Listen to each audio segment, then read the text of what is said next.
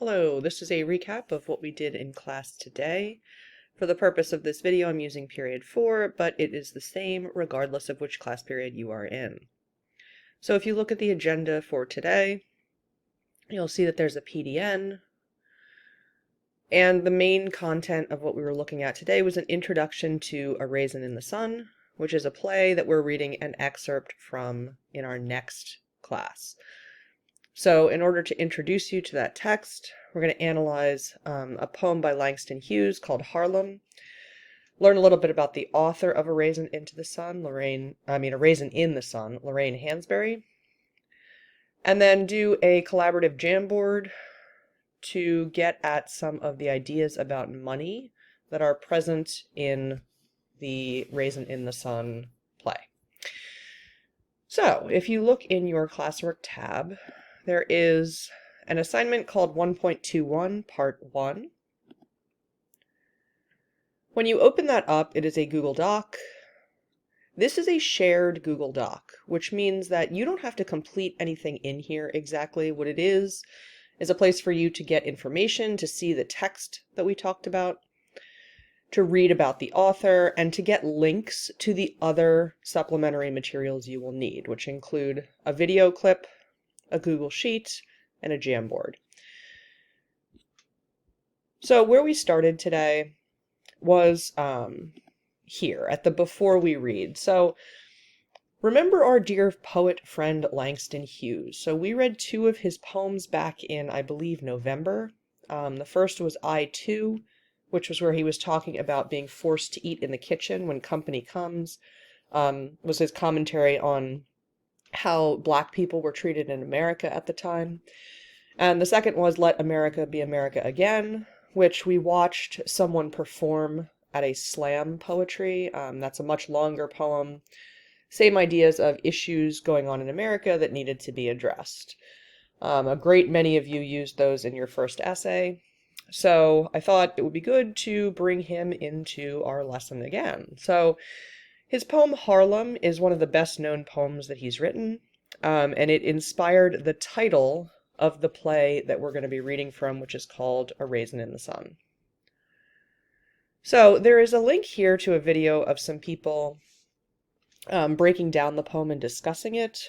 We did this in class just by talking about what is going on here. So I read the poem out loud, and then we addressed the different metaphors that Hughes uses to talk about the idea of putting off a dream. What happens to a dream deferred? Does it dry up like a raisin in the sun, or fester like a sore and then run? Does it stink like rotten meat, or crust and sugar over like a syrupy sweet? Maybe it just sags like a heavy load, or does it explode? So we started out by defining the word deferred. So to defer something means to put it off, to delay it, to postpone it. And in this case, we're talking about a dream that someone has. So something that you very much want to accomplish, that you decide to put off into the future because you're not going to do it right now. So what Hughes lists in this poem are a number of different metaphors for that dream deferred, right? If you put off a dream, does it dry up like a raisin in the sun?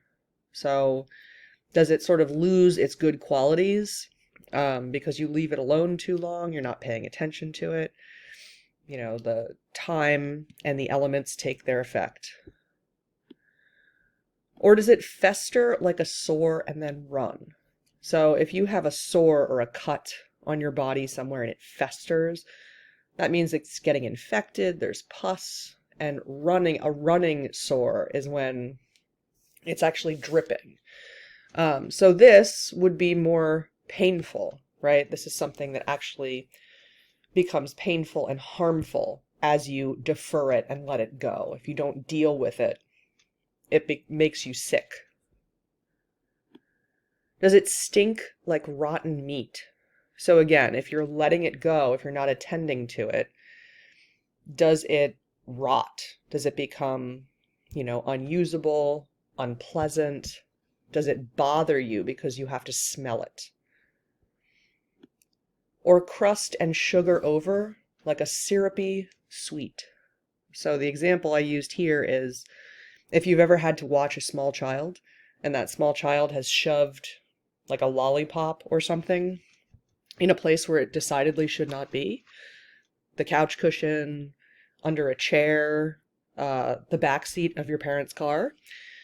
If you can imagine what it's like to find that lollipop a month later when it's got stuff stuck all over it and it's melted and crusty.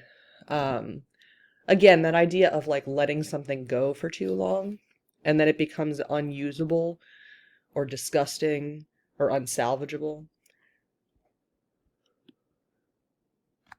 Maybe it just sags like a heavy load. So maybe it's just something that weighs you down to carry it around. Or does it explode? Does it just blow up your life if you do not choose to do something about the dreams you have? So obviously, Hughes does not feel so good about the idea of deferring what you want to do. None of these are positive things that could happen.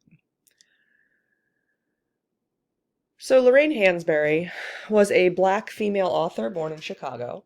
She grew up in an educated and successful activist family, and her father moved his family into a white neighborhood to challenge discriminatory housing practices. So that experience of growing up in a Black family in a white neighborhood influenced Hansberry to write the play A Raisin in the Sun. It became a huge success on Broadway, being performed, and was also made into several different movie versions. And she was the first Black playwright and also the youngest American playwright to win a New York Critics Circle Award, which is a prestigious award for writing. So the next thing we did was to watch a video clip of the scene being performed. You can click here and watch that. It's only about 3 minutes long. And then the independent work for today was to contribute to a Jamboard. So the first thing to do is to click on the Google Sheet to find whichever class period is yours. There are tabs down at the bottom. So if you're in period 4, you would choose period 4, 5, 6, 7, 8. And you're going to look for your name to see which slide you're assigned to. So say my name was in here, I would be on slide 5. All you need to know is just the number of your slide. Once you know that, you can go to the Jamboard and find slide number 5. Create a sticky note, put your name on it, and paraphrase the quote, explaining it in your own words. When you're done, make sure you click Save. And then you have your sticky note. If you need to see what it might look like to paraphrase in your own words, here are some examples that I did as a for the class here on this first slide, so you can take a look at that. And then on your own slide, do the same thing to your quote. So once you have done that, because there is nothing for you to fill in on this doc, you don't really have to turn anything in. Jamboard saves on its own. However, I did make this an assignment so that it would let people know that they need to do it. So you can mark it as done, you can turn it in, whatever you need to do to get it off your to-do list, and then you are done for the day.